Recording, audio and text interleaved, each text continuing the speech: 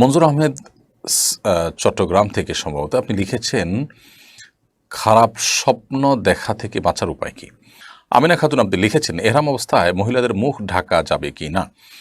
রাকিবুল ইসলাম আপনি লিখেছেন, মানুষ মারা গেলে পরিবারের লোকেরা সবাই যে কান্নাকাটি ও আহাজারি করে এ সম্পর্কে ইসলাম কি বলে? কান্নাকাটি করে কি একদমই নিষেধ? ফরিদুদ্দিন লিখেছেন, মাওলানা মামুনুল হক কারামুক্ত হয়েছেন, এরপরে আপনার প্রতিক্রিয়া কি? এমনি তামিম ইবনে বিলাল আপনি লিখেছেন, একটা অনলাইন ভিডিও দেখলাম কোরবানির গোশত 3 ভাগ করা যাবে না, এমন কোনো হাদিস আছে কিনা সঠিক তথ্য জানতে চাই। ফারজানা ইসলাম আপনি লিখেছেন, দিনের পথে অটুট থাকতে কি কি করণীয় দয়া করে বলবেন। দিনের পথে অটুট থাকবার জন্য সর্বপ্রথম দরকার হলো দৃঢ় সংকল্প, যে আমি আমার দিনের ব্যাপারে যদি সিরিয়াস হই, আমি যদি সত্যিকারের দিনদার হয়ে থাকি, আমি যদি বুঝে শুনে মুমিন হয়ে থাকি, তাহলে দিন এবং ইমানের পথ থেকে বিচলিত হওয়ার বিচ্যুত হওয়ার কোনো সুযোগ আমার নেই। আল্লাহ সুবহানাহু ওয়া তাআলা কোরআনে একাধিক জায়গায় যারা ঈমান আনয়ন করার পর অটল অবিচল থেকেছে তাদের জন্য নানা সুসংবাদের কথা বলেছেন। আর ঈমান আনার পরে কেউ যদি অবিচল না থাকেন, অটল না থাকেন, তিনি যদি শিরকে পড়েন, তাহলে সেক্ষেত্রে তার সেই ঈমানের কোনো মানে আর থাকে না। এজন্য দিনের পরে অটুট থাকার জন্য তার গুরুত্বটাকে বুঝে দৃঢ় সংকল্প থাকা, যে কোনোভাবে আমি দিনের ব্যাপারে কম্প্রোমাইজে যাব না এবং আমার অবস্থানটা অটুট রাখবো, সেই চেষ্টা আমাদের করতে হবে। এক, দ্বিতীয়ত যে কাজটি করতে হবে তা হলো আল্লাহ সুবহানাহু ওয়া তাআলার কাছে বেশি বেশি দোয়া করতে হবে। একটি নির্দিষ্ট দোয়ার কথা আমরা বলতে পারি কোরআনে কারীমের, সেটি আল্লাহ সুবহানাহু ওয়া তাআলা নিজে শিখিয়েছেন আমাদের, সেটা হলো রব্বানা লা তুজিগ কুলুবানা বা'দা ইয হাদাইতানা ওয়া হাব লানা মিন লাদুনকা রাহমাহ ইন্নাকা আনতাল ওয়াহ্হাব। হে আমাদের রব, আমাদের অন্তরকে আপনি বক্র করে দিবেন না, বিপদগামী করে দিবেন না, বিভ্রান্ত করে দিবেন না একবার হেদায়েত দেওয়ার পর। এই দোয়া আল্লাহ তাআলার কাছে আমরা করব। এর পাশাপাশি নবী করিম সাল্লাল্লাহু আলাইহি সাল্লামের শেখানো একটি দোয়াও আমরা বলতে পারি। তিনি আল্লাহ তাআলার কাছে দোয়া করতেন, আমাদেরকে শিখিয়েছেন, ইয়া মুকাল্লিবাল কুলুব সাব্বিত কুলুবানা আলা দীনিক। হে অন্তর পরিবর্তনকারী, আমাদের অন্তরকে আপনি আপনার দ্বীনের উপরে অটল অবিচল করে দিন। তো এই সমস্ত দোয়াগুলো আল্লাহ সুবহানাহু ওয়া তাআলার কাছে অর্থ এবং মর্ম বুঝে বুঝে কায়মনো বাক্যে নিবেদন করা যেতে পারে। তৃতীয়ত, দ্বীনের উপর অটল থাকবার জন্য দ্বীনি সোসাইটি, দ্বীনি সার্কেল মেনটেন করা উচিত, দ্বীনি পরিবেশে আমাদের থাকা উচিত। আল্লাহ সুবহানাহু ওয়া তাআলা বলেছেন, ইয়া আইয়ুহাল্লাযীনা আমানুত্তাকুল্লাহ ওয়া কুনু মা'আস সাদিকিন। হে ঈমানদারগণ, তোমরা তাকওয়া অবলম্বন করো এবং সত্যবাদীদের সাথে, ভালো মানুষদের সাথে, যারা সত্যবাদিতা অবলম্বন করে তাদের সাথে থাকো বা তাদের সঙ্গ অবলম্বন করো। তো এই সত্যবাদিতার এই গুণ যাদের মধ্যে আছে বা ভালো মানুষ যারা আছে তাদের সাথে, যাদের ভেতর বাহির একরকম, কপটতা নেই, কোনো প্রকার প্রতারণা নেই, সরলতা আছে, নেফাক নেই, ঈমান আছে, ফিস্ক নেই, তাকওয়া আছে, সেই মানুষগুলোর সান্নিধ্যে যত বেশি আমরা থাকবো, তাদের কাছে যত বেশি থাকবো, ওঠা বসা হবে, সেরকম পরিবেশে যত বেশি নিজেকে আমি আবদ্ধ রাখবো, তত বেশি ইনশাআল্লাহ বিইذনিল্লাহ আমার মধ্যে দিনের উপরে অটলতার গুরুত্ব এটি আঁচ হবে, অনুভব হবে এবং আমরা দিনের উপর অটল থাকতে পারবো। আমিনা খাতুন আপনি লিখেছেন, এহরাম অবস্থায় মহিলাদের মুখ ঢাকা যাবে কি না? মহিলারা এহরাম অবস্থায় মুখে নেকাব লাগাবেন না, কাপড় লাগাবেন না মুখের সাথে। তবে পরপুরুষের সামনে যখন যাবেন তখন অবশ্যই মুখ ঢাকবেন। এই ঢাকার ক্ষেত্রে ক্যাপের সামনে যে ইয়েটা আছে, বের হওয়া অংশ আছে, ওইটার উপরে কাপড় দিয়ে আজকাল অনেক মা বোনরা আপনার পর্দার কাজটি করেন, যে তার মুখের সাথে কাপড় লেগেও নাই, আবার পরপুরুষ তাকে যেন তাকে দেখতে না পায়, সেই ব্যবস্থাও হয়ে যায়। তো এই প্রক্রিয়াটা আমরা অবলম্বন করতে পারি।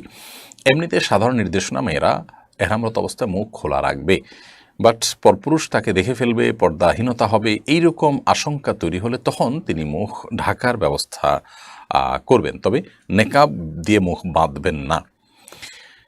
এমনি তামিম ইবনে বিলাল আপনি লিখেছেন, একটা অনলাইন ভিডিও দেখলাম কোরবানির গোশত 3 ভাগ করা যাবে না, এমন কোনো হাদিস আছে কিনা সঠিক তথ্য জানতে চাই।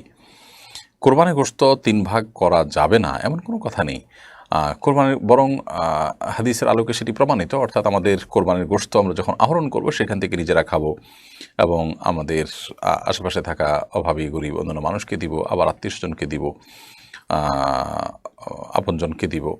তো এই 3 ভাগে ভাগ করা কোনো ফরজ ওয়াজিব কোনো কিছু না, তবে মুস্তাহাব বলেছেন উলামা ইকরাম। আল্লাহ বলেছেন, ফাকুলু মিনহা ওয়া আত'ইমুল কানিআ ওয়াল মু'তাররা। অন্য আয়াতে আল্লাহ বলেছেন, আতিমুল বাঈসাল ফকির। আমরা নিজেরা কোরবানি গোশত খাবো, গরিব অসহায় মানুষকে দিব, অন্যান্য আত্মীয়স্বজন, বন্ধুবান্ধব, পরিচিত জনকে আমরা দিতে পারি। তবে এই 3 ভাগ করা কোনো ফরজ ওয়াজিব বা আবশ্যক কোনো বিষয় না, যেটা না করলে কোরবানি হবে না, এমনটি নয়।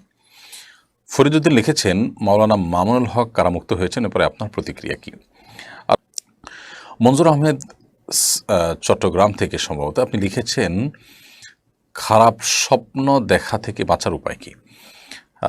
অনেক সময় মানুষ দুঃস্বপ্ন বা যে স্বপ্ন দেখে মানুষ ভড়কে যায়, ভয় পেয়ে যায়, এগুলো অনেক সময় শারীরিক দুর্বলতার কারণে হয়, মানসিক অবসাদগ্রস্ত থাকার কারণে হয়। অতএব সেটি যেন না হয় সেটি খেয়াল করা দরকার। অনেক সময় নির্ঘুম থাকার কারণে অল্প ঘুমালে বা সামান্য ঘুমানোর সময় এই ধরনের পরিস্থিতি তৈরি হয়। এটারই নানা গবেষণা আছে, আপনি একটু খুঁজে দেখতে পারেন। আর এর বাইরে অর্থবহ স্বপ্ন যেগুলো মনে হচ্ছে যে ইঙ্গিতমূলক এবং সেটি দেখে আমি ভড়কে যাচ্ছি, তাহলে এরকম স্বপ্ন যেন না দেখি তার জন্য আসলে বিশেষ কোনো উপায় আছে বলে আমার জানা নেই। তবে আপনি যেটি করতে পারেন, তাহলে এই ধরনের স্বপ্ন দেখার পর সুন্নাহ এর আলোকে বাম পাশে আপনার যে অবস্থায় থাকেন সে অবস্থায় আপনার হাতের বাম পাশে আপনি প্রতীকী থুথু ফেলবেন ৩ বার। হালকা হালকা করে ঠোঁটের আগায় আপনি ৩ বার থুথু করে আপনি প্রতীকী থুথু ফেলবেন। এর বাইরে আমানতু বিল্লাহি ওয়া রাসূলিহি পড়বেন এবং সম্ভব হলে সুযোগ থাকলে ২ রাকাত সালাত আদায় করবেন এবং সেই স্বপ্ন মানুষের কাছে বলে বেড়াবেন না। এগুলো হলো দুঃস্বপ্ন বা খারাপ স্বপ্ন দেখার পর করণীয়। আর অনেকেই একই ধরনের প্রশ্ন করছেন, অগণিত মানুষ। ফরিদুদ্দিন ভাই, আপনার প্রশ্ন উত্তর আমরা বলতে চাই। মাওলানা মামুনুল হক হাফিজাহুল্লাহ তিনি কারামুক্ত হয়েছেন, এটাতে আমরা আনন্দিত। একজন আলেমে দ্বীন, দীর্ঘদিন কারাভোগ করেছেন এবং নানাভাবে তিনি কষ্টের মধ্যে ছিলেন। তার পরিবারের অবর্ণনীয় কষ্ট হয়েছে সন্দেহাতীতভাবে। তাদের সে কষ্ট আজ দীর্ঘদিন পরে হলেও ঘুচেছে আলহামদুলিল্লাহ। এটাতে সন্দেহাতীতভাবে এক মুসলিম হিসাবে আরেকজন মুসলিমের বিপদ দূরে আমরা আনন্দিত। আল্লাহ রাব্বুল আলামিন তার এই মুক্তিকে স্থায়ী করুন এবং তার নামে যে সমস্ত মামলা মোকদ্দমা রয়েছে সবগুলোতে তিনি নির্দোষ প্রমাণ হয়ে তিনি আবারও তার ময়দানে ফিরে আসুন, সে প্রত্যাশা হাজারো লাখো মানুষের মতো আমাদেরও। আল্লাহ রাব্বুল আলামিন সারা বিশ্বের সমস্ত উলামা ইকরামের মর্যাদা, সমস্ত দিনদার মানুষের মর্যাদাকে হেফাজত করুন এবং তাদের মর্যাদাকে সমুন্নত রাখুন। তাদেরকে আল্লাহ তাআলা দ্বীনের জন্য আরও বিচক্ষণতার সাথে, আরও দৃঢ়তার সাথে, আরও কার্যকরভাবে, বলিষ্ঠভাবে ভূমিকা পালন করার তৌফিক দান করুন। সন্দেহাতীতভাবে আমরা তার মুক্তিতে আনন্দিত এবং আরও যে সমস্ত উলামা ইকরাম নানাভাবে আপনার জুলুমের শিকার রয়েছেন, নানাভাবে বিপদগ্রস্ত রয়েছেন, আল্লাহ সুবহানাহু ওয়া তাআলা তাদের সবাইকে উদ্ধার করুন, রক্ষা করুন, আমরা দোয়া করি। আল্লাহ রাব্বুল আলামিন আমাদের সবাইকে হেফাজতে রাখুন। রাকিবুল ইসলাম আপনি লিখেছেন, মানুষ মারা গেলে পরিবারের লোকেরা সবাই যে কান্নাকাটি আহাজারি করে এ সম্পর্কে ইসলাম কী বলে? কান্নাকাটি করে কি একদমই নিষেধ? না, মানুষ মারা যাওয়ার পর কান্নাকাটি করা নিষেধ এমন কোনো কথা নেই। বরং নবী করিম সাল্লাল্লাহু আলাইহি ওয়াসাল্লাম তাঁর ছোট পুত্র সন্তান মৃত্যুর পর, জন্মের পর সন্তানের মৃত্যুতে নবী সাল্লাল্লাহু আলাইহি ওয়াসাল্লাম, ছেলের মৃত্যুতে নবী সাল্লাল্লাহু আলাইহি ওয়াসাল্লাম কেঁদেছেন, চোখের পানি পড়েছে। সাহাবীরা কেউ আশ্চর্য হয়েছেন। তখন নবী সাল্লাল্লাহু আলাইহি ওয়াসাল্লাম তাদেরকে জানিয়েছেন যে এটি কষ্টের কারণে, বিরহের বেদনায় এই পানি বের হয়ে থাকে চোখের, এটা স্বাভাবিক, এটা সহজাত বিষয়। অতএব কান্না করা দোষের নয়।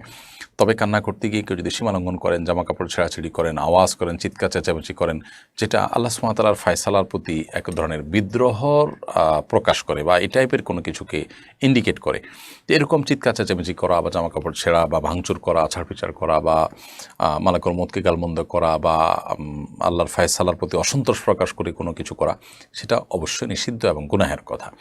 অতএব সে বিষয়ে আমাদেরকে সাবধান এবং সতর্ক থাকতে হবে।